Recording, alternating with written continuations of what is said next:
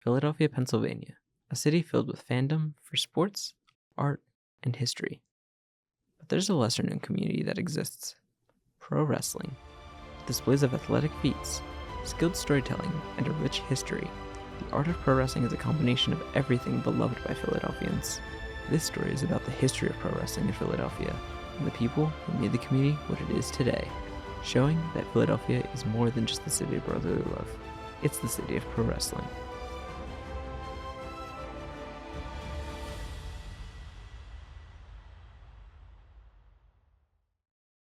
In progress.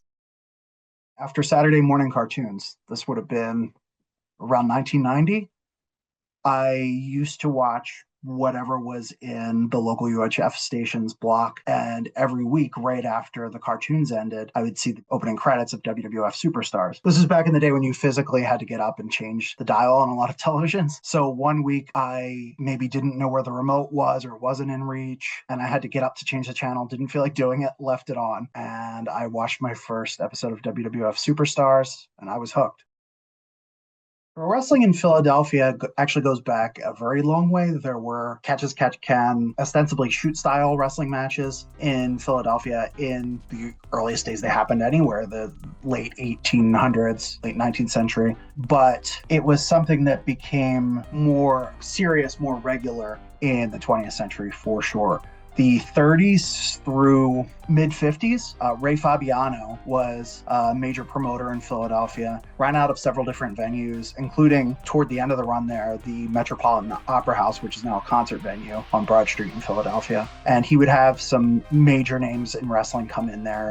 And then through the 1950s, beyond the 1950s as well, the NWA would, of course, have their champions come through and wrestle matches. It's also worth mentioning the Goldust Trio, who were three individuals who really just had a huge influence over the history of really modern pro wrestling. The Goldust Trio was Ed Strangler Lewis, one of the most famous names in early pro wrestling, Billy Sandow, who was his manager, and then another wrestler, Joseph Toots Monk.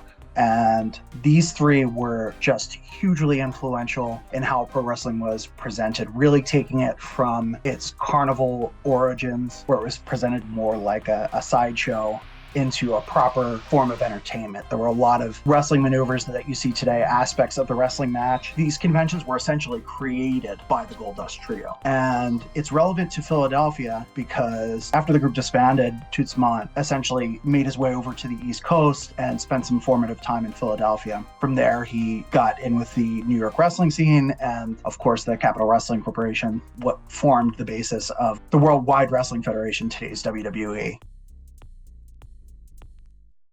In the 1980s, wrestling essentially became more mainstream globally than it ever had before. Pro wrestling had been on television in the US and in other countries around the mid-20th century because it was a relatively cheap form and still is a relatively cheap form of entertainment to produce. However, in the 1980s, what happened with the WWF is that it blew up and became this pop cultural phenomenon, filling stadiums not just for certain big matches, but routinely filling arenas for these huge events. WrestleMania every year becoming this, as it said, Super Bowl of sports entertainment. And that really was a successful effort on Vince McMahon's part.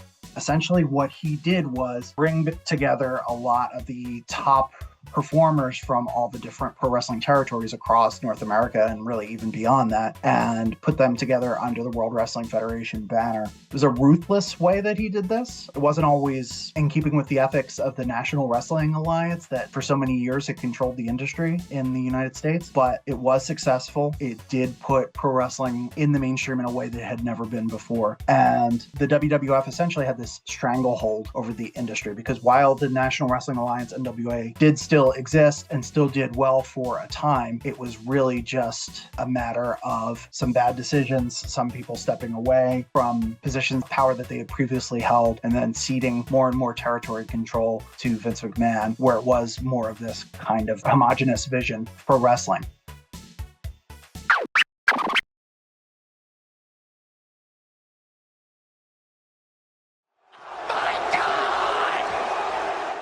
Watching wrestling on Saturday mornings, which is when they showed it at the time I was growing up, Saturday mornings or Saturday afternoon with my dad. Dad was a house painter by trade, but on the weekends he was a motorcycle racer. And so he would spend a lot of weekends working on his motorcycles, but he would start on Saturday morning and take a break to come in and watch wrestling and then go back out to work on the motorcycles again. So we always watched wrestling together. Joel Goodhart had started the Tri-State Wrestling Alliance. And in my opinion, TWA was designed to bring in a different product than what the Philadelphia fans saw on television. Definitely it wasn't Hulkamania. It was a lot closer to the NWA, but it had a very distinct Memphis wrestling and Mid-South Bill Watts promotion feel to it. It was a little more hardcore than the NWA on television, and it was definitely a lot more hardcore than the Hulkamania era on WWF that we were getting on television at the time. And Joel would run local shows using just TWA talent, or maybe someone who had a name that would be a bit of a draw. But 3 or 4 times a year, he would run the Philadelphia Civic Center, and he would bring people in from all over that the standard Philadelphia wrestling fan did not see on a regular basis. And that drew people in. And I think that was the difference of the TWA compared to the major promotions at the time. He tended to go out of his way to please his fans. TWA had a big show plan for the Civic Center, and the main event was Nature Boy Buddy Landell, who was the TWA champion at the time. And he was going to take on, returning to the ring at the age of 72, the original Nature Boy, Buddy Rogers. And through Joel, I had become friends with Buddy Rogers. And Buddy gave me a call one day, and he said, "Hey, is there something going on up there?" And I said, "No." "What do you mean?" And he said, "I've heard that there's some financial troubles going on up there." And I said, "I haven't heard it, not that I know of. I'll let you know what I can find out." And within days, Joel, on a Saturday morning on his weekly radio show, announced the end of TWA. Closed the doors right there on the radio. And that show never happened.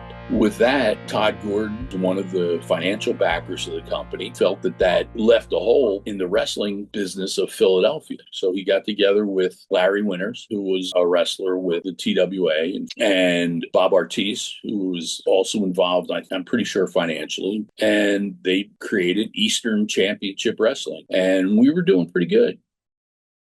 The business of tape trading had a lot to do with the growth of ECW. For those who don't know, at the time, videotapes were the only way to see what other promotions and other companies were doing around the country and around the world. So ECW put on a handful of shows when we had moved into Viking Hall, which is now the 2300 Arena, or the ECW Arena. And we had some pretty intense matches with guys like Abdul the Butcher, Kevin Sullivan, Stan Hansen, Terry Funk, of course. And that got us some notice in the world of tape trading. And I think that's where we kind of grew from. We got great coverage from magazines. So that brought people in from outside of the Philadelphia area that could drive to the events and see what was going on. And it just became word of mouth, and people just started coming from all over the place. At one point, there would be Japanese wrestling fans doing tours on the East Coast, and they would do it so that they could come to an ECW show. I really don't know all that much about what exactly happened, but Todd moved on. I'd had enough with running a company. He had a business of his own outside of wrestling, had a young family, so it was probably time to move on. And he did, and Paul stepped in as owner. He at the time was already working as the booker and the promoter, so it was the logical step.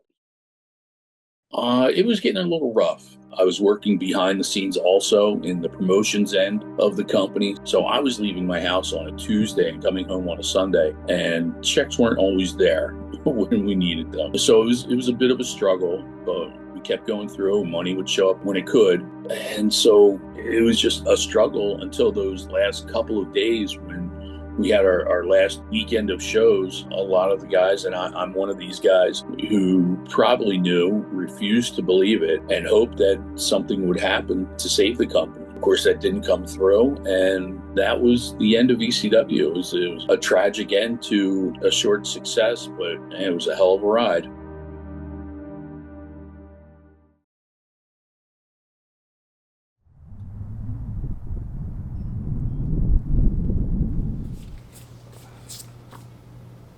guess that's the That code looks like the red. Yeah. Wow. My aunt would watch me after school every day. My Aunt Laura, who was my godmother. And so my older cousins were kind of like my big brothers because I would see them every day, every weekday.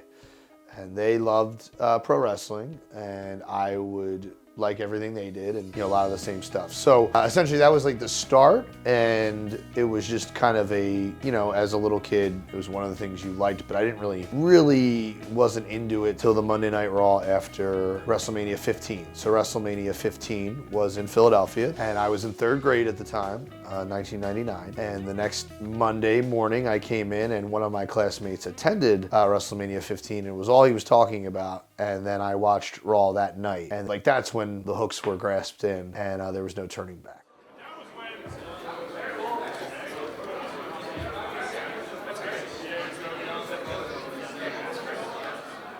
About 2002, I started to get on the internet and on message boards and learning more about other wrestling that existed. And then that was kind of the birth of going to independent shows, but really Ring of Honor was really the first independent show I attended, and then also really the main independent shows I attended over the next few years.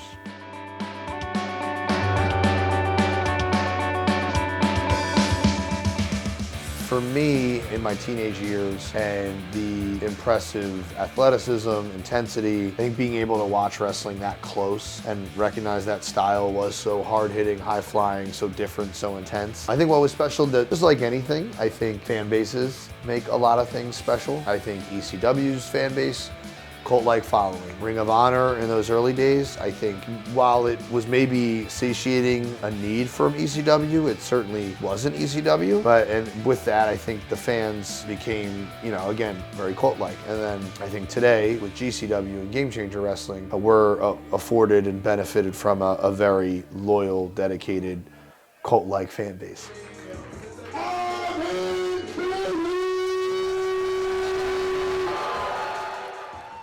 A lot of ways, I think the aspects and history of pro wrestling in and around Philadelphia has kind of homogenized into what some portions of independent wrestling style is like today, especially for GCW, where it's very unique.